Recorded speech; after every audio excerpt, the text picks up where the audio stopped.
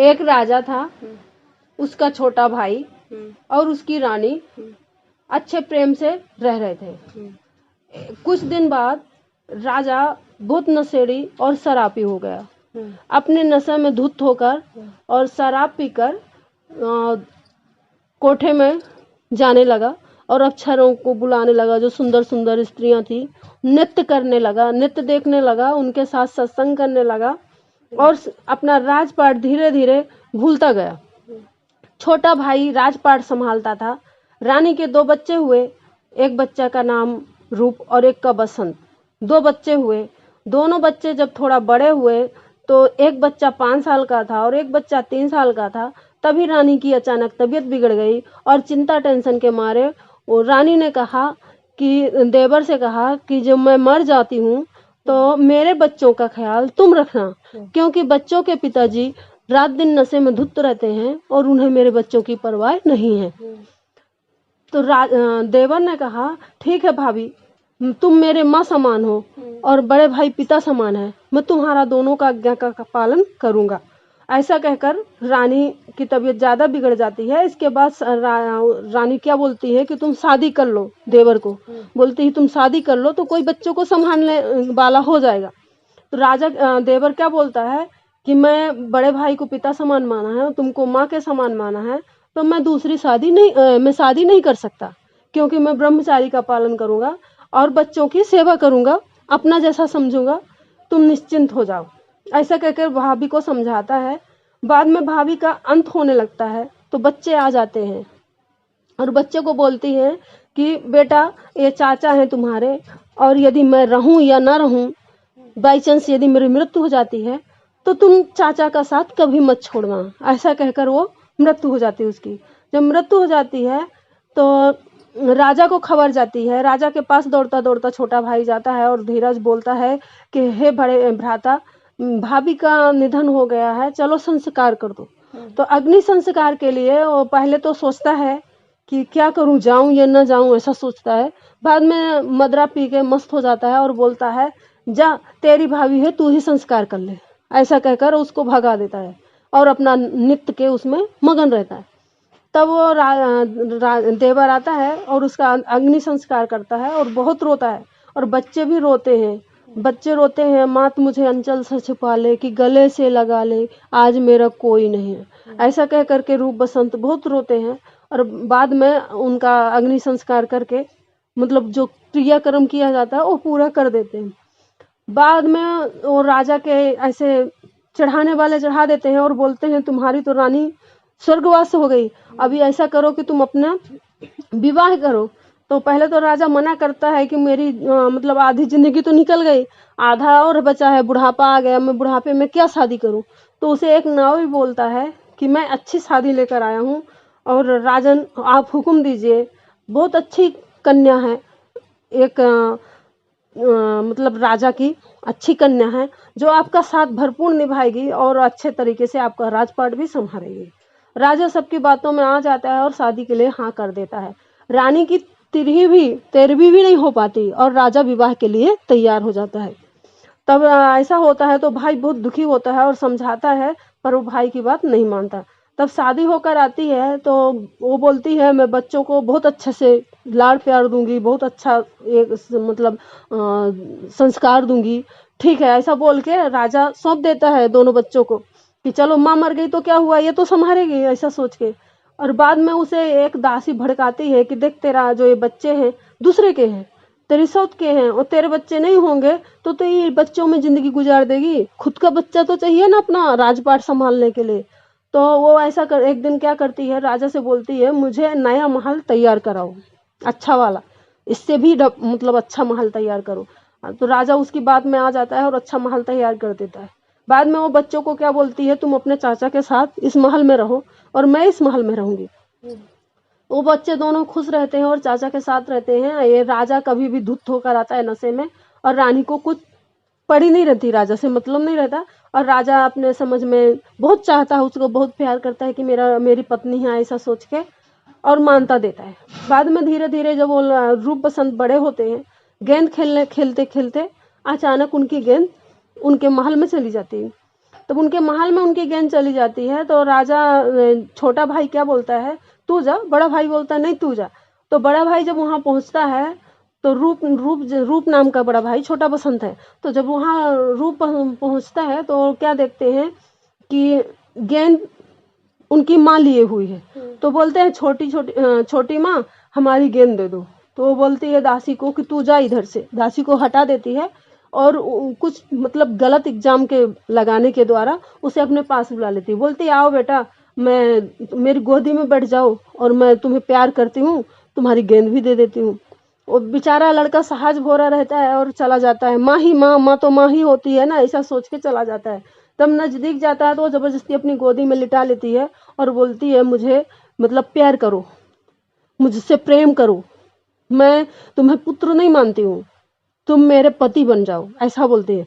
तो वो बोलता है कि ऐसा पाप मत करो बड़ी माँ, छोटी माँ, ऐसा पाप मत करो, मैं तो तुम्हारा पुत्र हूँ और मेरे पिता हैं, मैं कैसे तुमको स्वीकारूं। तो बोलती है तुम्हारे पिता तो बूढ़े हो चुके हैं, अब पिता तो पिता रहे नहीं और मैं तो अभी युवा हूँ, तो तुम मेरे पति बन जाओ, मैं तुम्हें बहुत सारा प्यार दूंगी, बहुत सारा धन दूंगी, ऐसा सब कुछ बोलती है।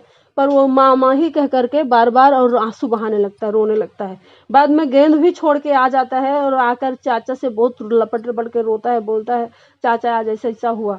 चाचा बोलता है ठीक है बेटा, कुछ दिन निकालते हैं, जैसा होगा। तो महाराज से बोलते हैं ऐसा बोला। तब वो अपने भाई से बोलता है तो उसने एक भी नहीं सुना भाई का एक भी नहीं सुना राजन ने। और राजा आया और घर में बोला तो रानी को देखा तो अपना कंघी अंघी नहीं किए थी, बाल आल नहीं बांधी थी, बिखराई थी, चूड़ी उड़ी उतार के फेंकी हुई थी, गंदी गंदी मतलब हरकत ऐसे कर रही थी, रो रही थी। राजा देख के अजीब अचरज में पड़ गया, ये क्या हो रहा है, ऐसा कैसा, ये लोग किसने तकलीफ दिया, कैसा तकलीफ हुई, ऐसे क्यों कर रही हो, ऐसा बोला। तो राजा की बात सुनकर रानी बोलती हैं कि मुझे ना तुम्हारा पुत्र बड़ा हो गया है और ऐसा ऐसा बोला है, मुझे माँ के जैसे नहीं समझा, मुझे ऐसे कटु वचन बोले हैं, मुझे दुष्ट नजर से देखा है, ऐसा बोला। तो जब इस तरह की बानी सुनी तो उसने तुरंत बुलाया, भाई को आदेश दिया, बोला दोनों बच्चों को लेकर आओ। दोनों बच्चे आए तो बोलते हैं अंदर कौन आया था। तो रूप बोला मैं गया था, बसंत बोला मैं गया था, पहले ऐसा बोला। बाद में रूप ने कहा नहीं पिताजी मैं गया था और माँ ने मुझे ऐसे ऐसे शब्द कटु वचन बोले जो मैं नहीं सुनना चाहता था। तो पिताजी बोले मैं कुछ नहीं सुनना चाहता हूँ, तुम्हें सीधे फांसी की सजा सुना रहा हूँ, ऐसा बोल दिया। तब वो ऐसा बोल दिया तो धीरज भाई बहुत गिड़गिड़ाने बहुत विनती की, हे राजन आप छोड़ दो, बच्चे हैं, छोटे हैं, नादान हो गए, भूल हो गई, ऐसा कहकर रो रहे हैं। पर राजा ने नहीं सुनी। तब राजा ने नहीं सुनी तो माँ अपने बाद में माँ बुलाती है और समझाती है, तुम मेरा कहना मान जाओ तो तुम्हें तुम फांसी से मुक्त करवा दूंगी, तुमको फांसी नहीं होगी, ऐसा बोलती है। तो रूप को और बसंत दोनों बोलते हैं हम फांसी के लिए तैयार हैं, पर झूठ बोलने के लिए तैयार नहीं है, क्योंकि हमारी माँ ने ये नहीं सिखाया कि हम झूठ बोलें। हम एक राजा हैं और हमारा कर्तव्य है कि छत्री होने के नाते हम झूठ कभी नहीं बोलेंगे और मतलब देश की रक्षा करेंगे, ऐसा बोला। तब वो क्या करती है कि फिर रोती है और राजा से बोलती जितनी जल्दी हो सके उसे फांसी दे दो। राजा सबको बुलाता है और फांसी देने के लिए तैयारी करता है। तो चाचा धीरज क्या बोलते हैं, ऐसा करो हम लोग को देश निकाला दे दो, फांसी मत दो, बच्चे को फांसी मत दो, देश निकाला कर दो। तो बोलते हैं रानी बहुत हंसी और बोलती है ठीक है अच्छी बात है, देश निकाला कर दो, कुत्ते भेड़िया जंगल में शेर भेड़िया कुत्ते नीच खाएंगे, ऐसा जंगली जानवर। तो गांव में तो राज्य में तो दो ना, मतलब राज्य तो उसी का था ना पूरा। तो बोले राज्य छोड़ के कहीं भी चला जा, ऐसा बोले। तो उनके राज्य से छोड़ के जंगल में निकल गए। तब जंगल में निकल गए, दर दर भटकने लगे। जब दर दर भटकने लगे तो दोनों भाई बैठकर सोच रहे थे और चाचा धीरज भी एक पेड़ के नीचे। तो बरगद का पेड़ था, वहां हंस और हंसनी बैठे हुए थे बरगद के पेड़ में। तो देखा कि इतने सुंदर बालक हैं और भूखे हैं, रो रहे हैं, आज हमारे पास कुछ भी नहीं है कि इनके हम स्वागत कर सकें, क्या करें। तो हंस बोलता है ऐसा करता हूँ, मैं मतलब आग लगा के तापते हुए थे ना, ठंडी में का सीजन था तो आग लगाए हुए थे। तो बोले कि मैं गिर जाता हूँ तो मेरा ये लोग शिकार मतलब भोजन कर लेंगे तो इनका पेट भर जाएगा, कम से कम ऐसे सत्य वचन वाले राजा के तो काम आऊंगा, ऐसा बोला। तो दूसरा पत्नी क्या बोलती है, नहीं मैं गिर जाती हूँ, यदि मैं पेड़ से गिरी तो मैं आग में भून जाऊंगी और वो लोग का भोजन हो जाएगा। तो ऐसे करते करते दोनों आग में गिर गए और अपने आप को समर्पित कर दिया कि मैं मतलब एक जो मेरे द्वारे में आया उसका स्वागत करने के लिए क्या करूं, कुछ कर नहीं सकती, इसलिए मैं अपने आप को समर्पित कर दिया। वो दोनों जब अग्नि में गिरे तो उन्होंने पूछा, तो वो बोलते हैं कि हमारे पास कुछ भी नहीं था और आप हमारे द्वारे में मतलब भूखे बैठे हो पेड़ के नीचे, तो इसलिए हम लोग गिर गए और वो लोग बैकुंठ सिधार गए दोनों। अब वो लोग बैकुंठ सिधार गए, इसके बाद जब आगे चलते हैं तो घनघोर जंगल आता है और चाचा भी छुड़ जाता है। चाचा ढूंढते ढूंढते पागल हो जाता है, उसको होश नहीं रह जाता, मतलब ऐसा पागलपन हो जाता है कि वो अपने आप को नहीं पहचान पाता कि मैं कौन हूँ। शोक के मारे मतलब इतना दुख होता है और रोता है कि भाभी मुझे सौंप के गई थी, मैंने क्या कर दिया, अपने हाथों से दोनों बच्चों को खो दिया, ऐसा कहकर रोता है। और उसका भाई भी कुछ दूर जाता है और उसको सांप ने काट लेते हैं और बाद में वो पानी पीने के लिए जाता है, उधर ही नदी के पास गिर जाता है।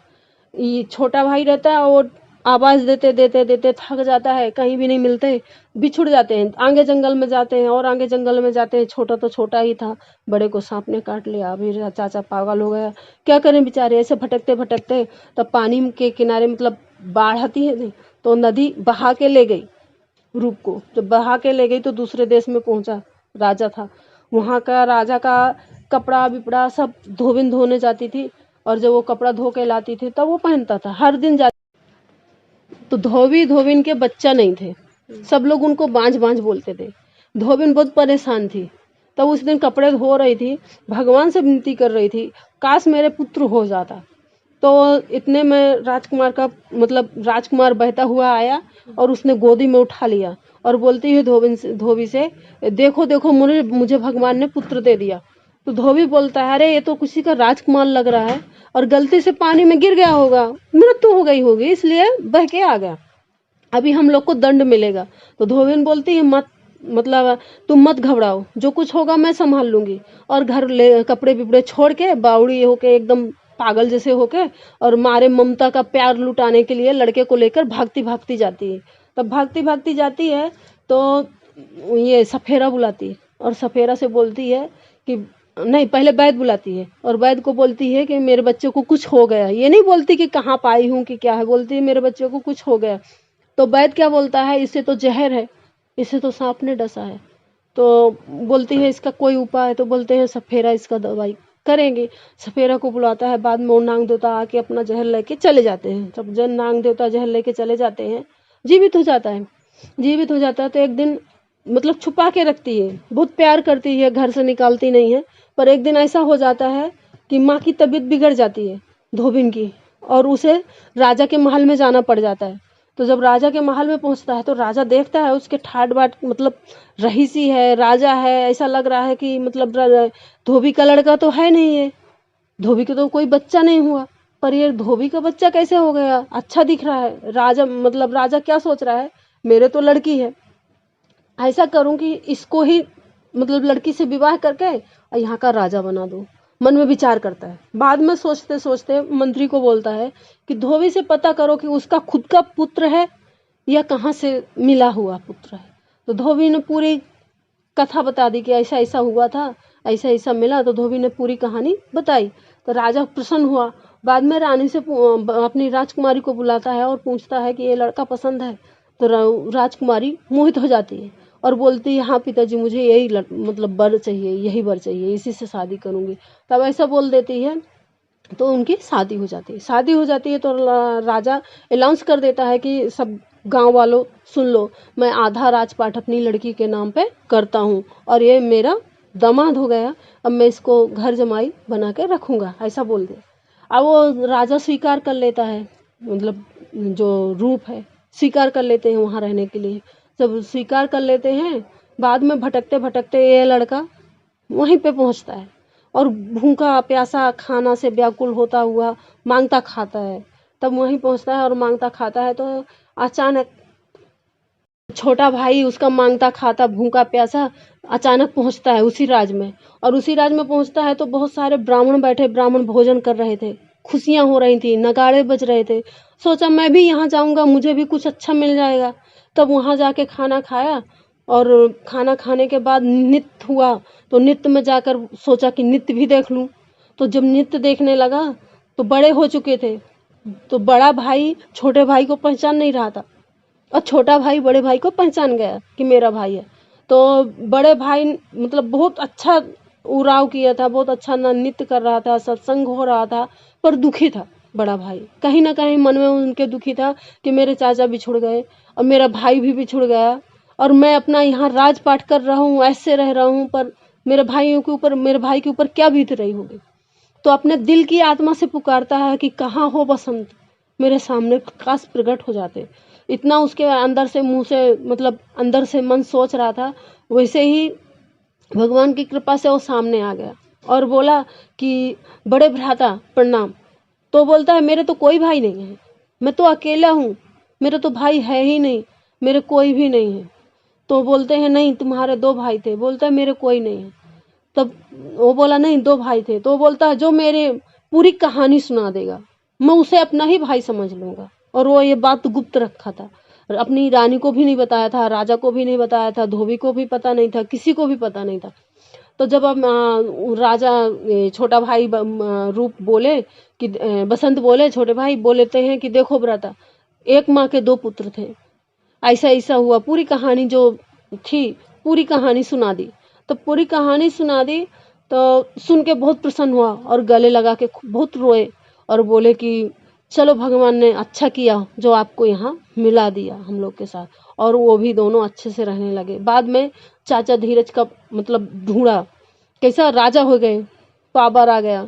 तो चाचा धीरज को ढूंढवाया तो चाचा धीरज पागली हालत में मिले, पागल थे, पहचान नहीं रहे थे, खाली वो यही रो रहे थे कहाँ गए मेरे रूप बसंत, बस यही कहकर शब्द उनका यही निकलता था और रो रहे थे। तभी उनको मालूम हुआ कि ये हमारे चाचा हैं, और तीनों इकट्ठा रहने लगे। उसका दिमाग भी अच्छा हो गया और अच्छी जिंदगी जीने लगे। और वो रानी के मतलब बहुत कष्ट आया रानी के साथ, सौतेली माँ के। बाद में वो राजा को अग्नि संस्कार तक नहीं करने दिया अपने पुत्र से, उसके भी एक पुत्र हुआ लेकिन अग्नि संस्कार भी नहीं करने दिया, और अपना पूरा राजपाट हड़प लिया और राजा की दुर्दशा करवा दी वो रानी ने। इसीलिए इस कहानी से ये सीख मिलती है कि बुढ़ापे में, युवा के वजह से उसने शादी किया बुढ़ापे में, पर वो रानी धन की लालच में शादी किया, और पति के मतलब पति का कुछ अर्थ से नहीं, खाली धन के वजह से, लालच की वजह से। तो राजा लोभ में आ गया, रूप के सुंदर के लोभ में आ गया। इसलिए ऐसा कोई भी ना करे। दोस्तों आप इस कहानी को शेयर जरूर करना। रूप और वसंत की ये जो कहानी है दिल को छू जाने वाली कहानी है, इसको शेयर कर दीजिएगा। वीडियो पसंद आए तो लाइक कर दीजिएगा। मिलते हैं नेक्स्ट वीडियो में।